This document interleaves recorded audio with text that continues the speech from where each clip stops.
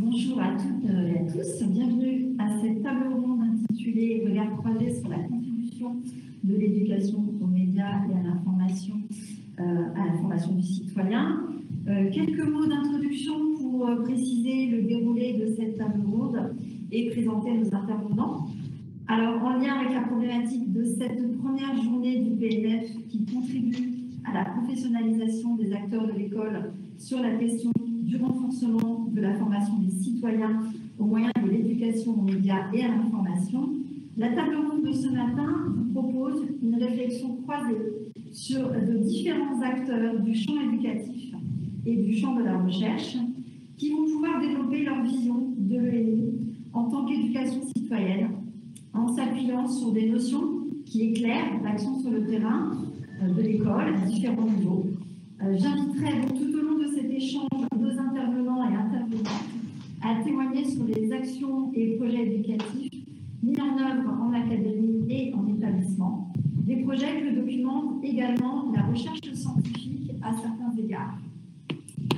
Afin de croiser les regards sur cette problématique de l'ENI comme vecteur de la formation des jeunes citoyens, dès le premier degré à l'école, et ceux de la maternelle jusqu'au lycée, nous accueillons à cette table trois invités. Deux intervenantes sont présentes à mes côtés. Il s'agit de madame l'inspectrice Siam Guéry, IAIPR d'économie-gestion, membre de l'équipe académique Valeurs de la République dans l'Académie Créteil, juriste de formation et membre associé au Conseil des sages de la laïcité, ainsi que madame Sophie Géel, maîtresse de conférences en sciences de l'information et de la communication à l'Université Paris 8, chercheuse au CENTI, également diplômée en droit et spécialiste des pratiques numériques des jeunes et des questions de régulation dans les médias.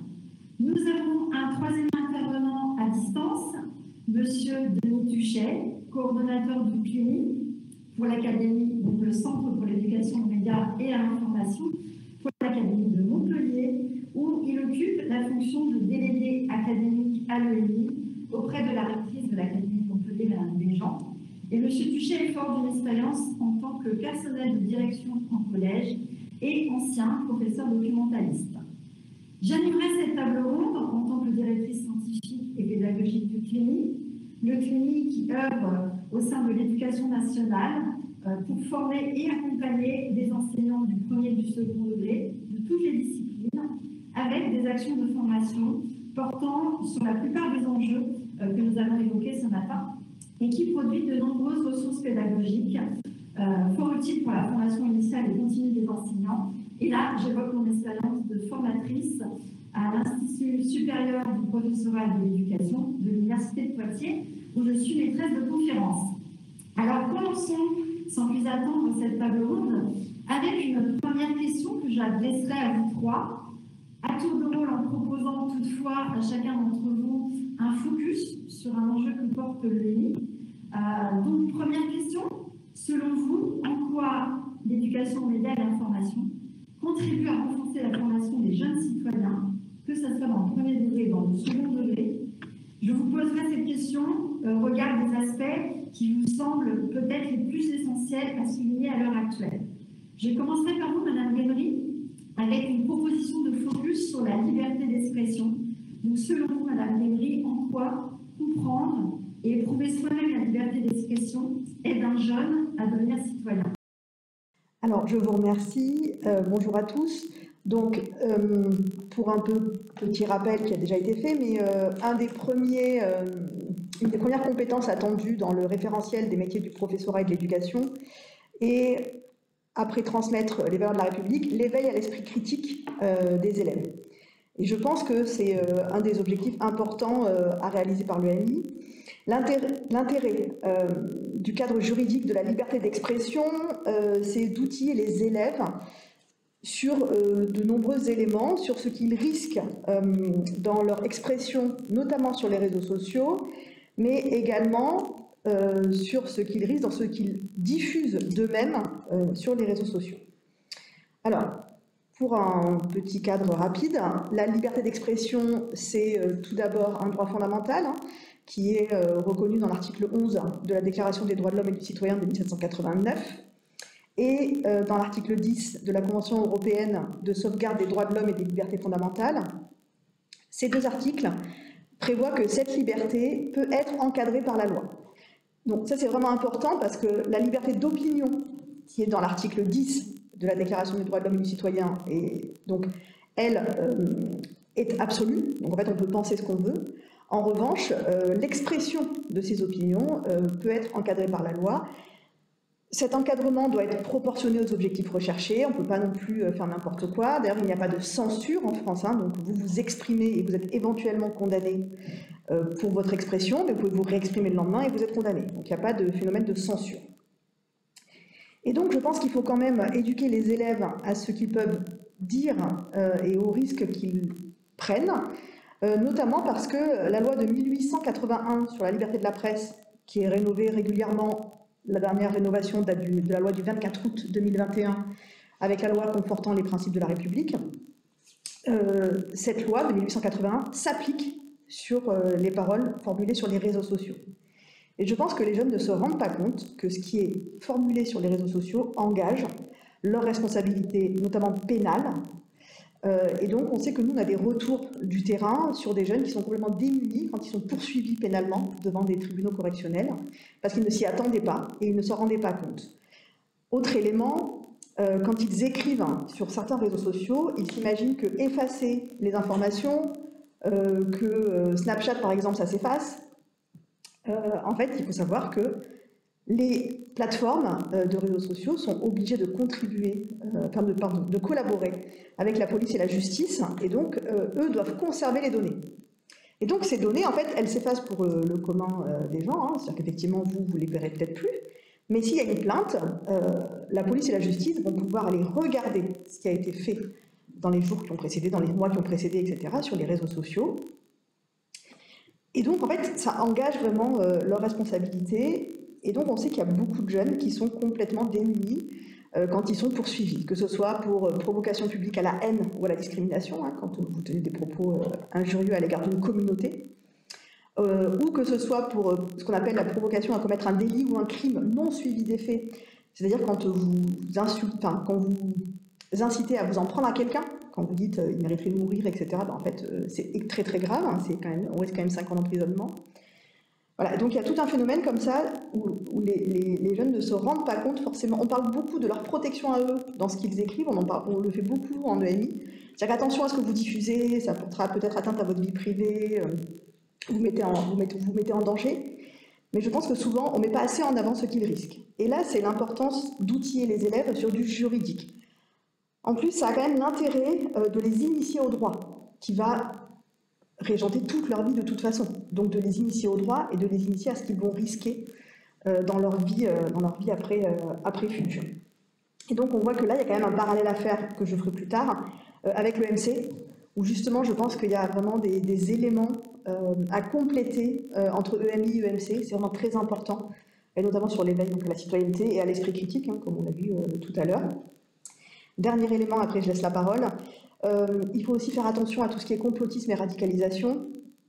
On sait que sur les réseaux sociaux, aujourd'hui, les plateformes sont incitées à supprimer les fake news, les propos complotistes, mais une personne qui tient des propos un peu radicaux, un peu complotistes, tant qu'ils ne sont pas de la provocation à la haine, tant qu'ils ne rentrent pas dans ce cadre juridique de sanction, en fait, il peut les prononcer. Et c'est toute la difficulté aujourd'hui et tout l'intérêt d'outiller les jeunes à bien comprendre ce qui est dit. Parce que comme il n'y a pas de censure, forcément les mots sont dits.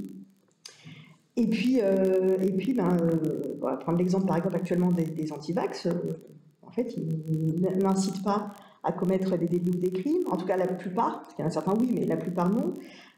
Ils ne commettent pas de provocation à la haine ou à la discrimination à l'égard d'une catégorie de la population. Et donc en fait, on se retrouve avec des situations complotistes qui, au bout d'un moment, ça dérive vers l'antisémitisme le plus souvent, mais tant que ça n'a pas dérivé vers l'antisémitisme, on est dans une situation où ces propos peuvent être tenus légalement.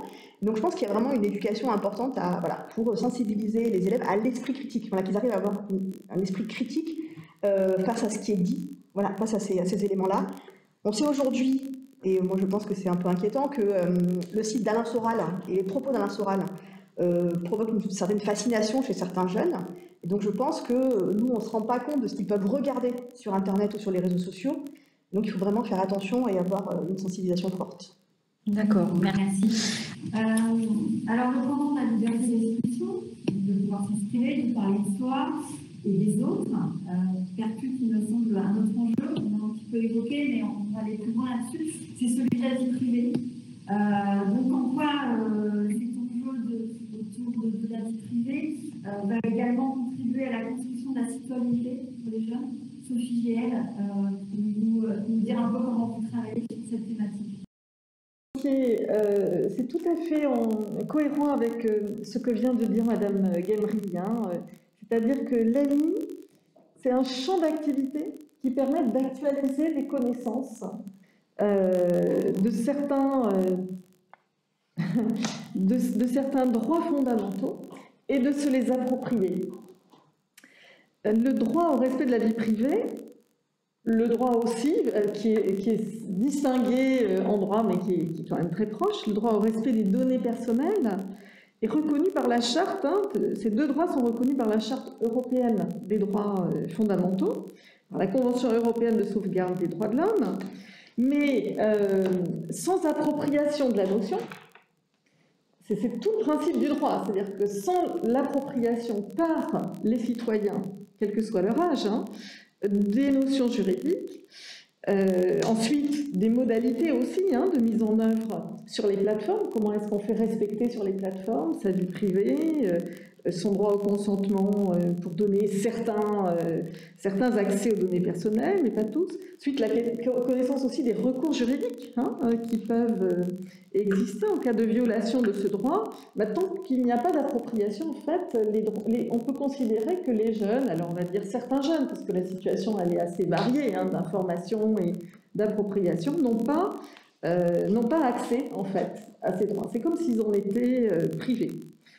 Alors, ce qui est compliqué aussi, c'est que les plateformes numériques ne sont pas en totale adéquation avec le droit européen, en matière, qui reconnaît donc à son plus haut niveau le droit au respect de la vie privée, mais les plateformes sont quand même incitées à mettre en œuvre un certain nombre de fonctionnalités qui peuvent permettre de protéger un peu mieux sa vie privée. Et le travail de la CNIL, notamment, les menaces de sanctions, ont aussi, même si on n'est pas dans une situation parfaite, ce qui rend aussi les choses compliquées. Je veux dire, de même d'ailleurs que pour la liberté d'expression, ce qui est très compliqué pour les jeunes, c'est qu'ils voient tous les jours des transgressions de ces grands principes juridiques que nous leur énonçons, que ce soit le non-discrimination, que ce soit le respect de la vie privée. Alors, l'observation des pratiques numériques des adolescents en Normandie, grâce à l'observatoire qui est mené conjointement par la région Normandie et les CMEA, montre que, par exemple, les filles s'emparent moins des fonctionnalités qui sont disponibles. Elles utilisent un peu moins les paramètres de confidentialité, le blocage publicitaire, etc. Et on a aujourd'hui, alors les chiffres sont pas si négatifs que ça, on avait évalué que 75% des garçons et 64% des filles savent utiliser au moins une fonctionnalité qui permet la protection de la vie privée. Mais de l'autre côté, on va dire, par exemple, une forme d'intrusion dans la vie privée, peut-être pas au sens juridique du terme là, mais au sens de la tranquillité d'esprit qui participe aussi quand même du respect de la vie privée. Les notifications, par exemple, on a moins de 20% des jeunes qui suppriment les notifications des réseaux sociaux. Donc quand on sait qu'ils sont... on a 70%, je suis désolée pour tous ces chiffres, mais ça nous donne quand même quelques repères. On a à peu près 70% des adolescents à l'âge d'entre 15 et 17 ans qui ont au moins 4 comptes de réseaux sociaux numériques, voire plus. Donc, supprimez ou pas les notifications de ces 4 comptes, sachant le nombre de notifications qui peuvent être envoyées, voilà, c'est un enjeu important. Voilà, donc les filles s'en emparent un peu moins, elles s'exposent aussi davantage pour des raisons sociales, c'est-à-dire que là aussi il faut combiner la compréhension juridique des principes et puis les réalités sociales et la signification sociale qu'ont pour les filles le fait de publier des photos de soi, etc. Et voilà, on a donc bâti un projet qui s'appelle Ado Privacy, un projet de sensibilisation des adolescents à la vie privée, qui est soutenu par le Défenseur des droits et l'INGEP, qui est porté par des chercheurs venant de 5 laboratoires de France et qui va impliquer, qui va être accueilli par une dizaine d'établissements de formation, collège, mais ça peut être collège, lycée, et puis en dehors de l'éducation nationale, pour essayer d'y répondre et justement de permettre une meilleure appropriation, enfin c'est l'objectif pédagogique, de permettre une meilleure appropriation de ces notions de vie privée et de protection des données personnelles qui sont un petit peu abstraites pour les jeunes, tant qu'elles ne sont pas incarnées dans leur pratique de tous les jours, en fait, et dans les problèmes éthiques que les jeunes se posent à peu près plusieurs fois par jour sur « je publie pas, je partage pas ». Voilà. Donc, comment est-ce qu'on les accompagne dans le détail, je dirais, des questionnements qu'ils peuvent avoir et comment on élabore en même temps une meilleure compréhension des enjeux du respect de la vie privée. Et donc, on espère, ça pourrait être aussi un retour vers les instances de régulation. Alors, merci Sophie. Alors, donc, on voit d'une part le développement de la liberté d'expression, la vigilance sur la question de la vie privée. Donc, pour lutter, je pense, contre certaines dérives qui mettent en péril la citoyenneté des jeunes, notamment à travers l'usage des réseaux sociaux. On a commencé un peu à évoquer cette question. Donc, les réseaux sociaux qui sont malgré tout quand même des vecteurs d'expression de créativité formidables pour les jeunes. Et c'est le côté positif. Il n'y a pas que des risques. Je pense que c'est important de garder ça en tête. Mais qui sont aussi des vecteurs de violence, de discrimination. Alors, Monsieur Tuchet, est-ce qu'on peut également vous solliciter pour avoir votre vision sur les problèmes que pose cet usage des réseaux sociaux dans les établissements, auprès des élèves. Donc, est-ce que vous pouvez nous exposer un peu aussi votre vision? Vous m'entendez bien? Tout va bien? Alors, effectivement, je voudrais introduire mon intervention sur un point qui est que l'éducation média et l'information, c'est un objet d'étude qu'il est sans cesse à redéfinir parce qu'il s'appuie sur un système économique et technologique qui est en perpétuel mouvement, qui nécessite donc une diversité des approches selon les objets d'étude. S'il est possible d'ailleurs, suite à ce qu'a dit Madame Beckett, d'objectiver ces objets, mais c'est bien un challenge pour nous. Donc c'est un système qui est basé effectivement sur des politiques industrielles, des technologies de l'esprit, comme disait le philosophe Bernard Stiegler, qui est un système qui est basé lui-même sur l'économie de l'attention et de la pulsion. Et donc c'est bien dans ce cadre-là qu'il y a des enjeux de citoyenneté qui sont peut-être à exprimer de la façon suivante: comment passer de la pulsion à la raison et de la captation externalisée de l'attention à la curiosité. Curiosité étant ce qui fonde finalement le citoyen éclairé, pour reprendre les mots de Yves Citon. Alors effectivement, un des premiers enjeux, c'est bien la capacité pour les élèves à réfléchir à la place des médias dans une démocratie. C'est important de le rappeler quand même. Ça a été rappelé déjà précédemment sur la construction de l'information, sur le rôle du journaliste, sur l'éditorialisation et ce mouvement actuel de déséditorialisation face à un phénomène que François Dubet a appelé la désinstitutionnalisation.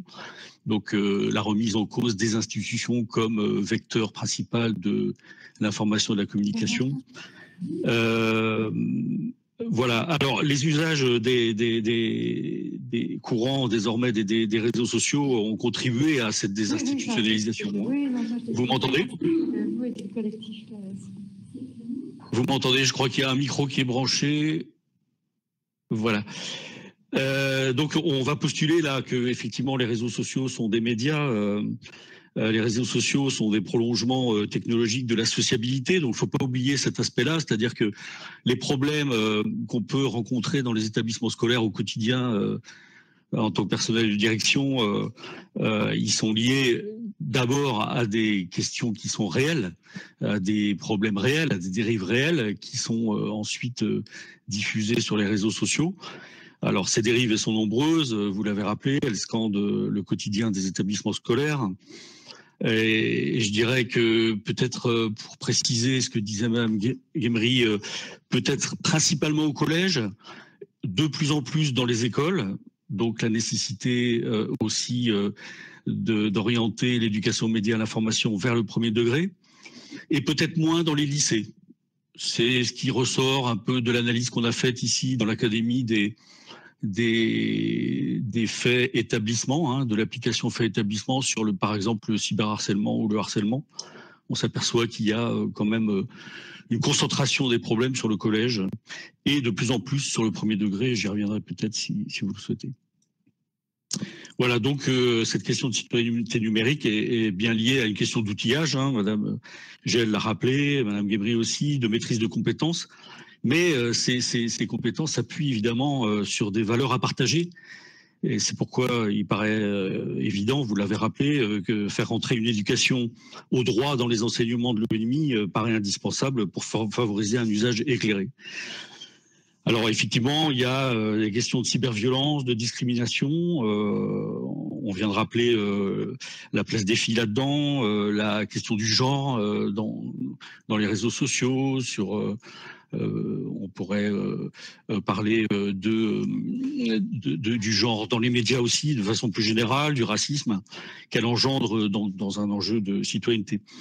Alors nous, dans l'Académie de Montpellier, à l'image de ce qu'a fait ma collègue Isabelle Martin dans l'Académie de Bordeaux, on va très prochainement sortir un guide des usages et des mésusages des réseaux sociaux, mais avec une entrée qui sera celle des élèves, mais aussi celle des personnels.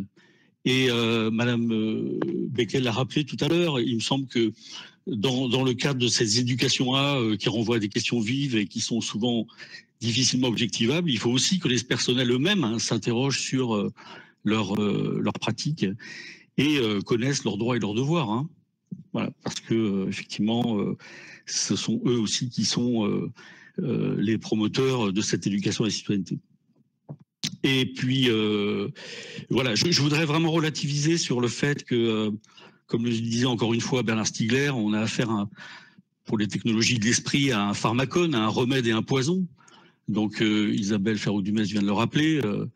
On connaît toutes les vertus des réseaux sociaux et des médias sociaux qui sont des outils de socialisation au même titre que les relations sociales réelles, mais aussi un poison auquel donc il faut faire attention. Et il faut donc trouver cet équilibre nécessaire pour éduquer sans diaboliser. Parce que c'est bien sur la manière dont sont organisées ces industries des technologies de l'esprit qu'il faut aussi acculturer les élèves. Et là, ça, je renvoie à ce qui se fait actuellement autour de l'éducation aux données, comme outil d'évaluation de l'information, avec ces deux versants, le processus de création et de diffusion de l'information par la donnée, mais aussi, et ça a été rappelé par Sophie, dans le sens de la protection de l'identité numérique. Donc cette nécessaire éducation, avec quand même un bémol, un paramètre qui est incontournable à rappeler, c'est que ces industries des technologies de l'esprit ne rendent pas publics les algorithmes qu'elles utilisent. Et donc c'est bien cette opacité qui demande à être explorée. Donc favoriser des humanités numériques dans le sens du développement d'un art de la communication et orale et écrite, une forme de rhétorique numérique, je dirais, me semble nécessaire et qui soit porteuse des valeurs qui nous lient et des principes qui nous gouvernent. Alors après, on rentrera peut-être dans le détail sur la façon justement dont on va acculturer finalement les chefs d'établissement, les cadres de l'éducation nationale à cette éducation aux médias et à l'information, dans le sens justement de cet équilibre à trouver entre entre remède et poison. Et bon, je peux tout de suite le dire, on a déployé ici, dans le cadre des formations valeurs qui sont actuellement mises en œuvre au niveau national dans l'académie, un dispositif de formation qui contient 3 modules. Un module général sur une acculturation, enfin une appropriation des valeurs et des principes de droit qui nous gouvernent sur la laïcité et les valeurs. Et puis, on a proposé aux établissements 2 modules de formation, un sur l'enseignement de l'esprit critique et l'EMI. Je ne ferai pas de distinction entre les deux, parce que finalement, je pense que les deux sont les mêmes visées. Et puis l'autre sur la liberté d'expression, avec des études de cas, par exemple, portant sur le dessin de presse ou la caricature. Et puis l'autre sur les usages des réseaux sociaux dont on vient de parler. Voilà, merci. La partie sur ma deuxième question. Moi, je voulais interroger nos intervenants sur les pistes plus précises, des pistes concrètes pour penser l'EMI au service de la formation de la citoyenneté. Donc, comment cela peut se mettre en œuvre au sein des établissements, dans les classes? Donc, si vous voulez bien nous éclairer sur les points de levier que vous repérez, vous, aussi par rapport aux expériences que vous observez sur le terrain. Alors, je vais peut-être donner la parole d'abord à Madame Guémery, qui va nous dire aussi comment dans l'académie dans laquelle elle travaille, des choses se mettent en place et sur quel point de levier en particulier. Oui. Alors, un élément très important, c'est que alors par exemple, si on souhaite, notamment dans le cadre de l'EMC ou autre, parce qu'il y a d'autres leviers disciplinaires ou pas, transmettre notamment ce que je disais tout à l'heure, des bases juridiques, évidemment, pour être efficace, faire du descendant sur du juridique avec des élèves, ça ne fonctionne pas. Ça les ennuie plus qu'autre chose.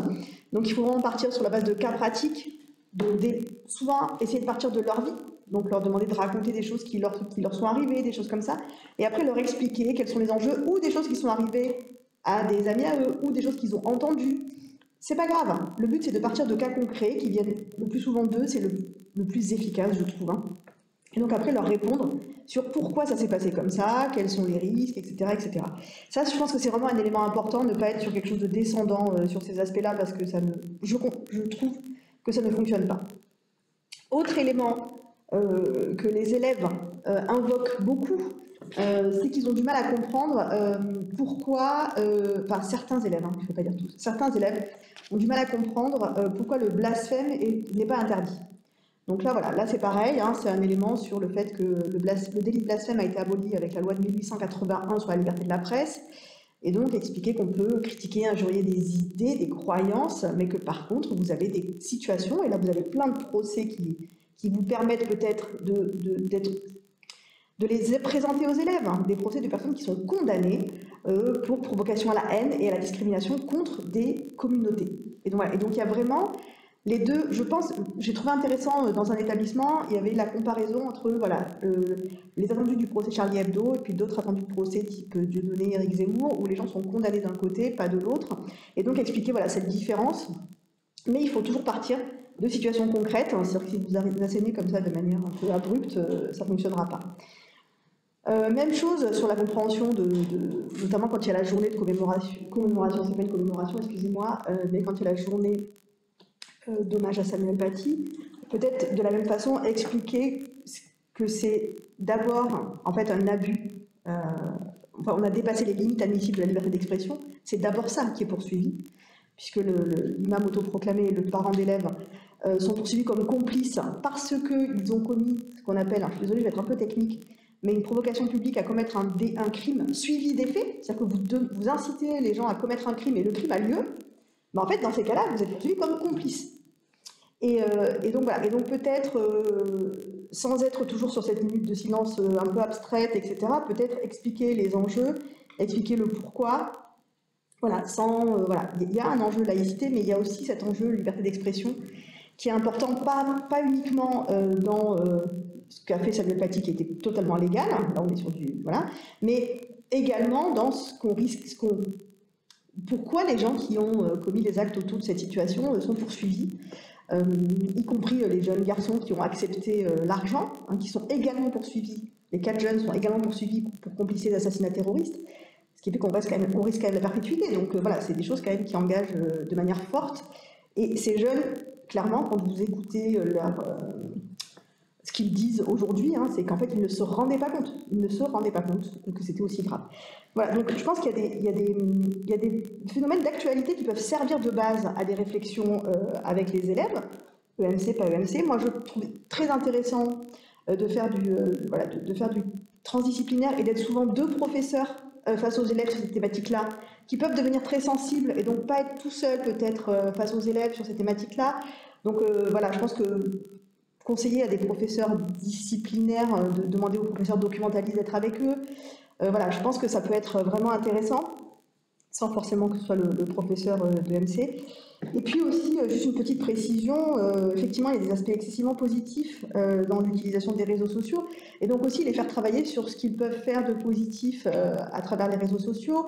On voit par exemple les chaînes de soutien à des jeunes. Là, il y a une chaîne sur un petit garçon qui a une leucémie, donc la mère demande une greffe, etc. Enfin bon, et ça fonctionne. Enfin voilà.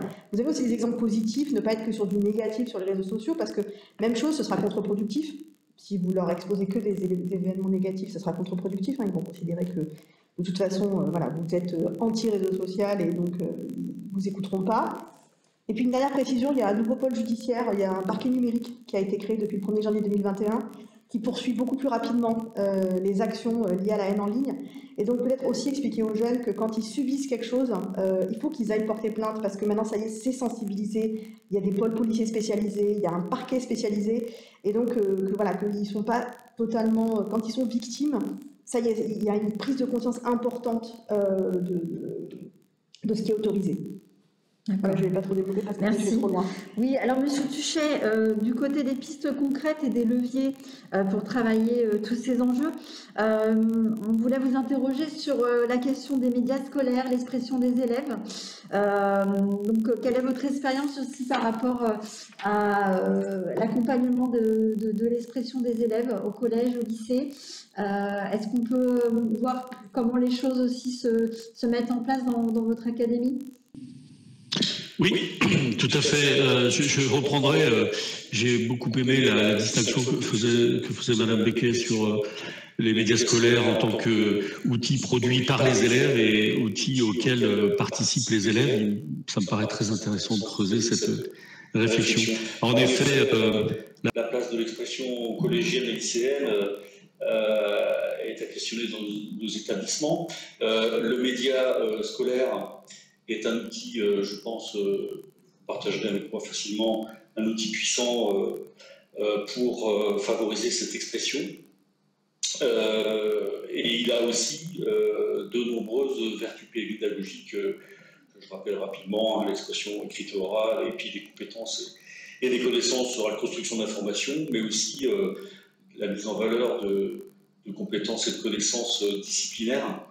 Il me semble qu'il y a un mot qui pourrait finalement résumer tout ça, c'est le fait d'éprouver pour les élèves la situation de communication dans le sens de la transmission d'informations. Éprouver dans sa double acception, c'est-à-dire mettre à l'épreuve, et là je renvoie à tout ce qui vient d'être dit sur les droits et les devoirs. D'ailleurs, je ferai peut-être une incise concernant cette expression des lycéens, par exemple, sur les réseaux sociaux comme outil d'information.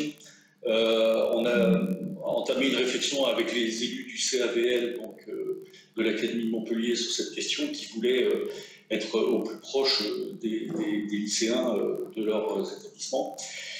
Et il me semble qu'il y a peut-être quelque chose sur laquelle il faudrait insister. C'est un article, l'article 511.2 du Code de l'éducation, qui rappelle que dans les collèges et les lycées, les élèves disposent, dans le respect du pluralisme et du principe de neutralité, de la liberté d'information et de la liberté d'expression. L'exercice de ces libertés ne peut porter atteinte aux activités d'enseignement. Et il nous semblerait intéressant que cet article soit généralisé dans tous les règlements intérieurs qui sont adoptés par les conseils d'administration. Et c'est indiqué d'ailleurs dans l'article, dans un décret de 2019. Hein. Et donc les réseaux sociaux faisant partie de ces médias, il est nécessaire peut-être aussi de préciser quelles sont les règles qui peuvent être identifiables lorsque des élus d'un CBL, par exemple, veulent créer un réseau social comme outil d'expression et d'engagement des élèves. Et peut-être en faisant bien préciser aux élèves qu'il y ait par exemple un directeur de la publication, qu'il faut suivre, comme dans tout média, une ligne éditoriale inscrite peut-être dans une charte d'utilisation. Il y a l'association Jet d'encre qui travaille là-dessus dans le cadre de sa charte déontologique des médias scolaires. Et il me semble que cette prévention, ce dialogue préalable permettrait d'éviter ce dont parlait tout à l'heure Mme Becquet de la censure que peuvent éprouver les élèves. Et donc bien connaître les règles, c'est aussi bien jouer le jeu, je dirais. Sur les réseaux sociaux, finalement, pour rebondir sur ce que disait Mme Guémery, c'est bien une gageure, peut-être un défi de pouvoir créer des réseaux sociaux citoyens qui puissent apporter de l'aide aux élèves, qui puissent permettre d'informer mieux et aussi d'exprimer des opinions dans la limite de ce qui est indiqué dans la loi. Et ici, dans l'Académie Montpellier, la déléguée académique à la vie lycéenne a proposé qu'il y ait la structuration de récupération des ordinateurs qui sont livrés gratuitement aux lycéens à la fin de leur scolarité pour aider d'autres élèves à pallier à ce manque, à lutter contre la fracture numérique. Et voilà un exemple de réseau social citoyen qui peut être tout à fait exemplaire dans ces constitutions. Voilà. Je dirais que sur le média scolaire, la question, c'est toujours celle du dialogue finalement, du dialogue entre l'équipe de direction et les élèves parties prenantes. Et puis après, alors dans l'académie ici, on a, j'ai fait le compte là, plus d'un quart des établissements scolaires qui ont un média scolaire.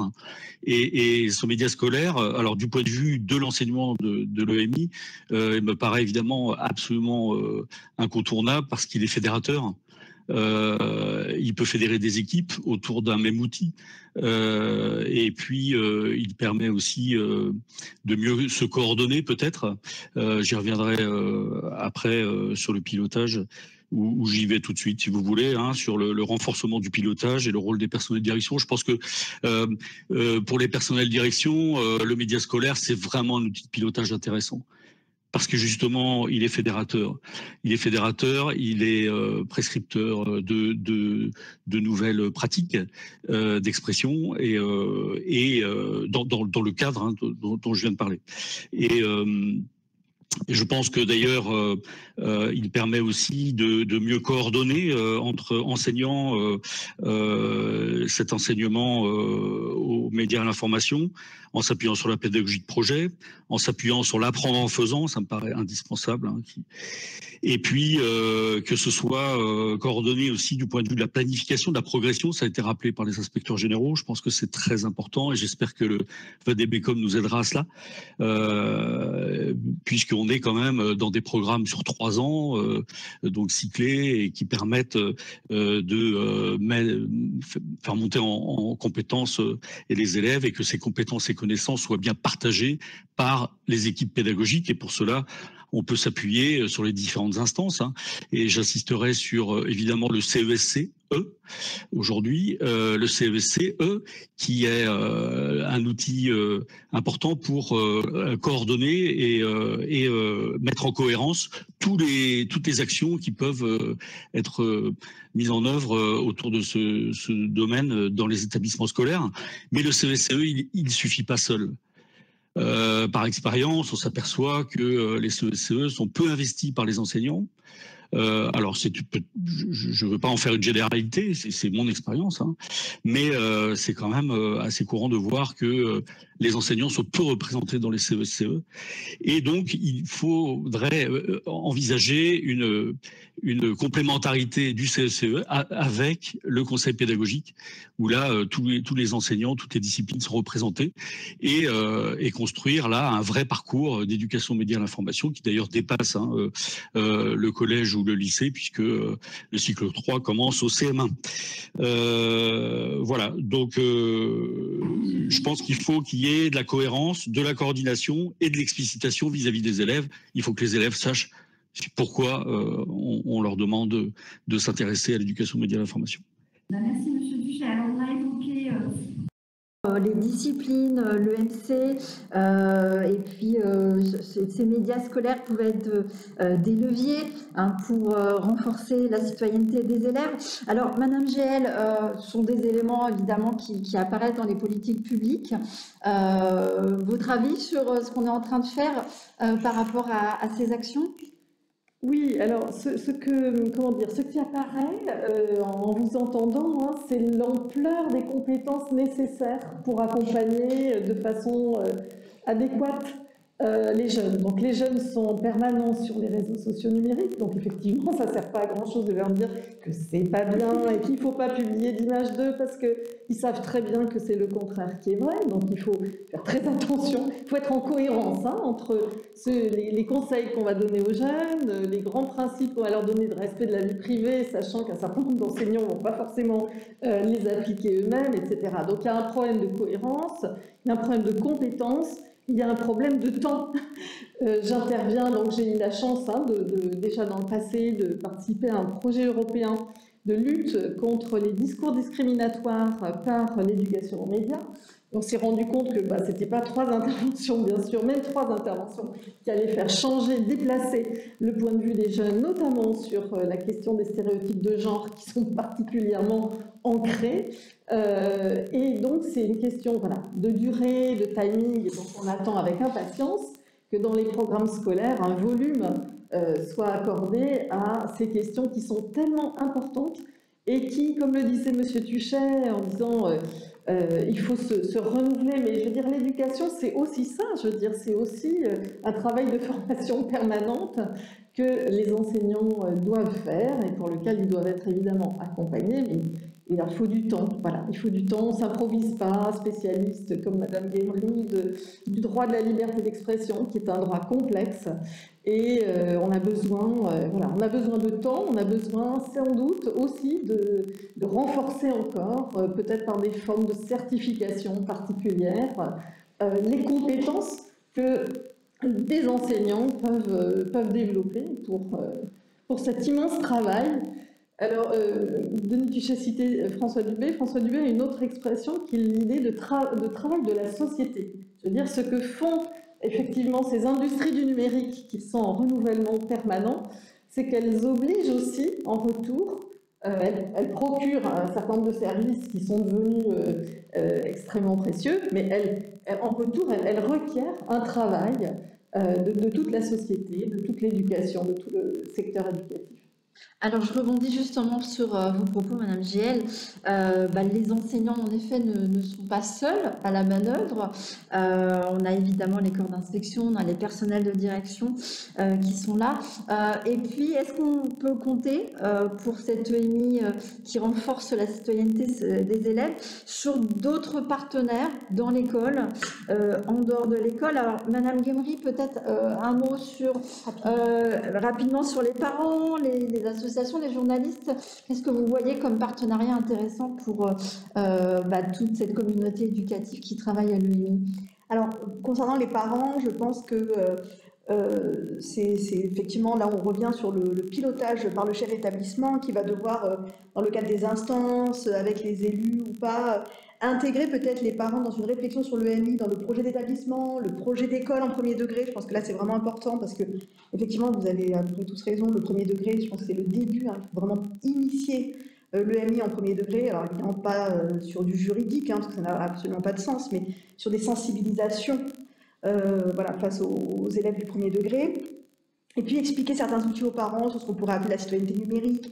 Voilà, donc là, j'ai tendance à renvoyer au pilotage du chef d'établissement sur les parents. Sur les associations, rapidement, ce qu'on peut constater, nous, c'est qu'il faut absolument que quand on fait venir une association, il faut que ce soit sur une thématique précise. C'est-à-dire que les professeurs ne doivent pas déléguer le MI ou le MC aux associations. Il faut qu'il y ait un travail en amont, en aval, si possible en mettant le professeur documentaliste au centre quand on a sur le MI. Donc, si un professeur de discipline, il faut absolument, mais il est quand même recommandé qu'il travaille avec le professeur documentaliste, déjà pour créer une culture de l'établissement, pour associer le plus de classes possible. Enfin, vous voyez, il faut qu'il y ait vraiment cet aspect projet. Moi, je trouve que c'est vraiment important, culture d'établissement, projet d'établissement. Notamment, moi, je vois les associations sur les fake news, sur la déconstruction des théories complotistes. C'est donc une thématique très précise. Il faut travailler en amont et en aval, voilà. Et puis après, faire une continuité sur ces thématiques-là. Et donc, on a des exemples dans l'Académie de Créteil, d'une association de journalistes qui s'appelle Fake Off, qui vient déconstruire avec des classes les fake news, mais qui vient effectivement avec, voire beaucoup de classes, mais avec un travail avec les professeurs et souvent avec la direction de l'établissement pour créer un projet d'ampleur et pas juste un projet qui durera 2 heures et puis c'est fini, l'élève il aura vu ça puis on est content.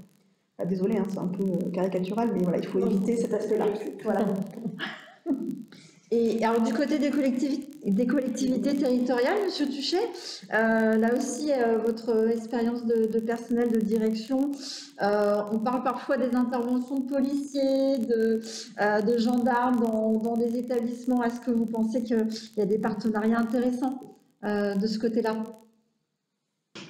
Alors, oui, tout à fait, mais à partir du moment où ces interventions des représentants des forces de l'ordre, elles viennent en complémentarité de ce qui peut se faire dans l'établissement. Sinon, et par expérience vécue, par l'expérience, on en vient à un discours qui peut être contre-productif parce qu'évidemment, les adolescents, ils vont rechercher les limites et expérimenter les limites de la loi qu'on va vouloir, entre guillemets, leur imposer. Mais finalement, ça renvoie aussi de manière plus générale et je rejoins Madame Guémery, à l'intervention d'une association ou de personnalités extérieures à l'établissement qui vont faire de l'EMI. Vous savez qu'il y a pléthore, énormément d'associations qui maintenant se sont emparées de cette question.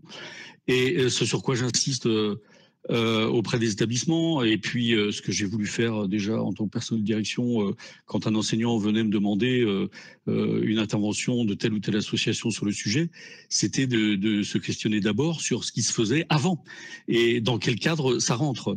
C'est-à-dire qu'on ne peut pas se contenter d'un one-shot, pour reprendre une expression photographique, auprès des élèves qui perdraient finalement du sens. Et c'est bien le sens qu'il faut rechercher là, à travers la construction d'une séquence, par exemple, ou d'un projet à long terme, d'un projet sur l'année, d'un projet sur un trimestre, et qui permet à l'association d'être une plus-value dans ce projet. Et non pas l'intervention elle-même étant le projet. Ça, pour moi, ça n'a pas de plus-value ni d'efficacité. Donc, je pense qu'il faut vraiment rechercher cette complémentarité. Et pour ça, je pense que ça passe par...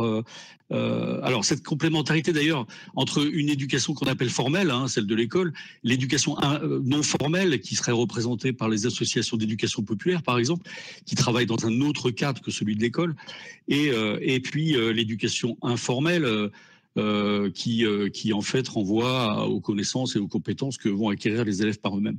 Et donc tous ces trois entrées doivent être complémentaires finalement, parce que les élèves, comme ça a été dit tout à l'heure, on part pas de rien, hein, et ils ont acquis un certain nombre de capacités.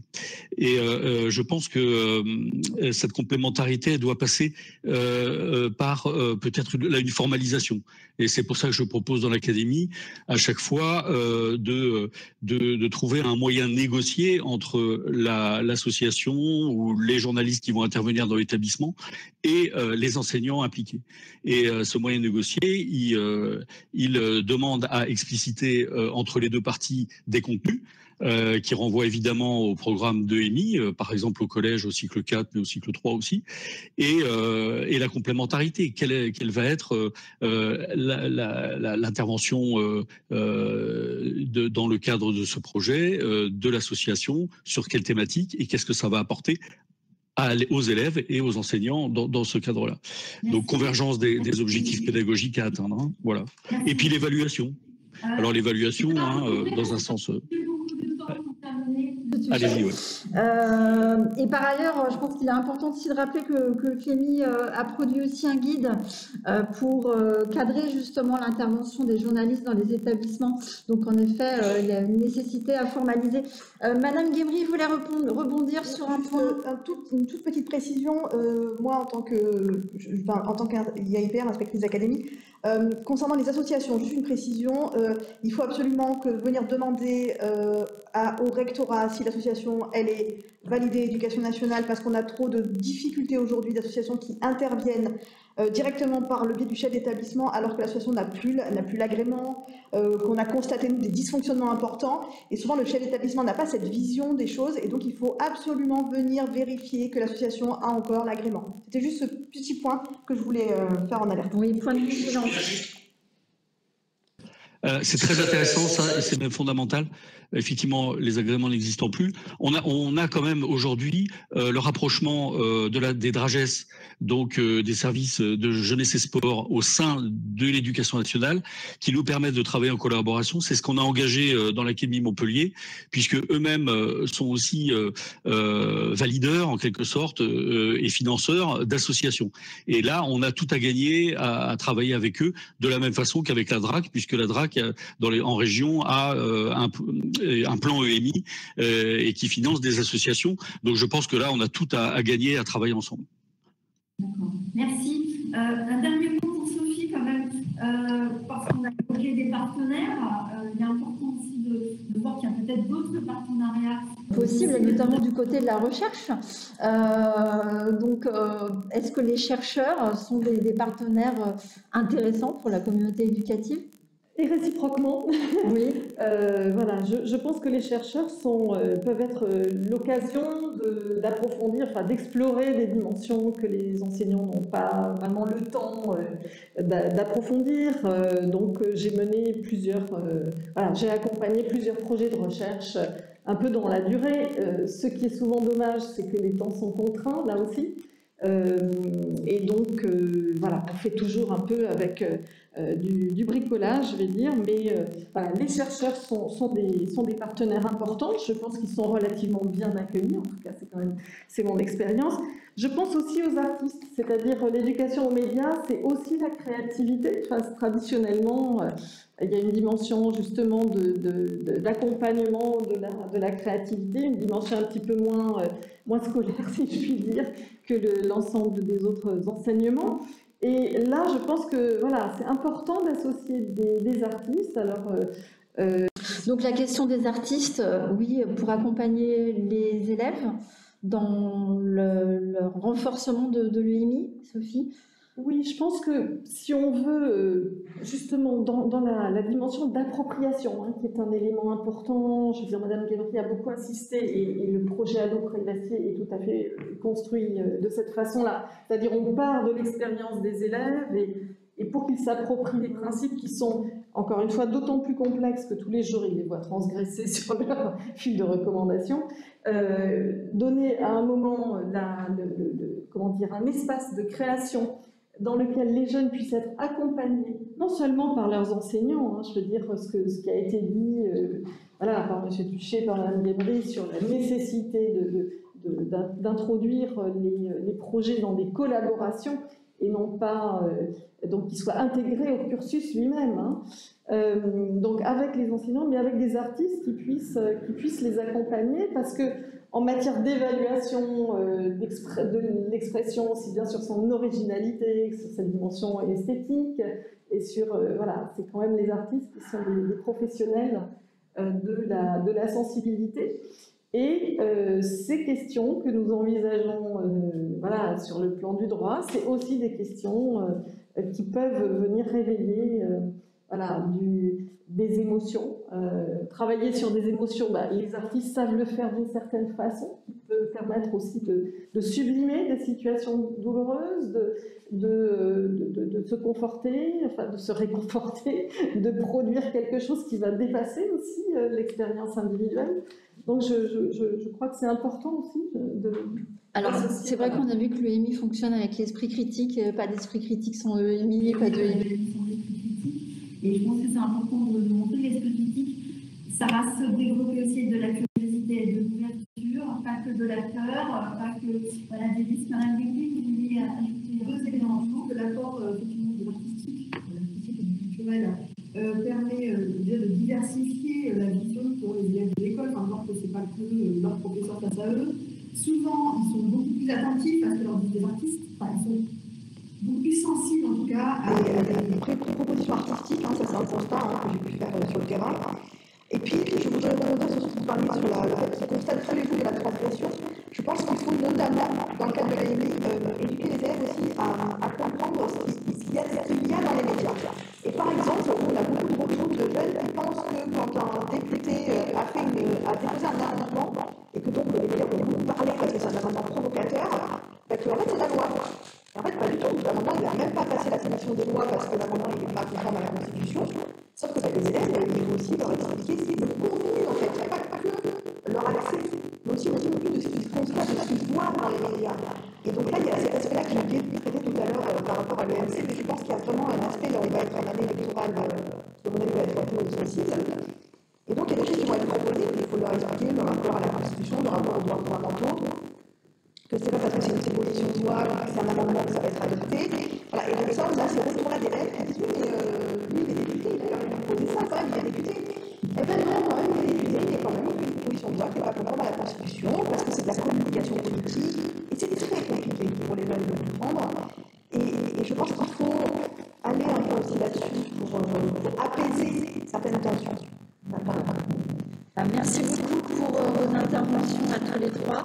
On voit que le sujet est riche. On n'a pas fini de le développer et de l'exploiter. Alors, notamment cet après-midi, avec des ateliers qui nous rappelleront le poids, le levier de l'expression médiatique des élèves, l'EMI comme vecteur d'engagement citoyen, la question de la progression également à penser en EMI, on l'a évoqué un peu en insistant sur le fait de commencer dès le premier degré, même avant que les élèves soient sur les réseaux sociaux, parce qu'ils y sont déjà au cycle 3, même s'ils n'en ont pas tout à fait le droit. Et puis le développement de l'esprit critique, la question des stéréotypes et des discriminations, tout ça sera travaillé dans les ateliers de cet après-midi. Donc on va achever ce matin cette table ronde dans le temps imparti. Je remercie tout le monde pour cette intervention des uns et des autres, M. Touché à distance, et puis Mme Débris et Mme GL en présence. Et je vous remercie pour votre attention et je vous souhaite à tous un bon appétit.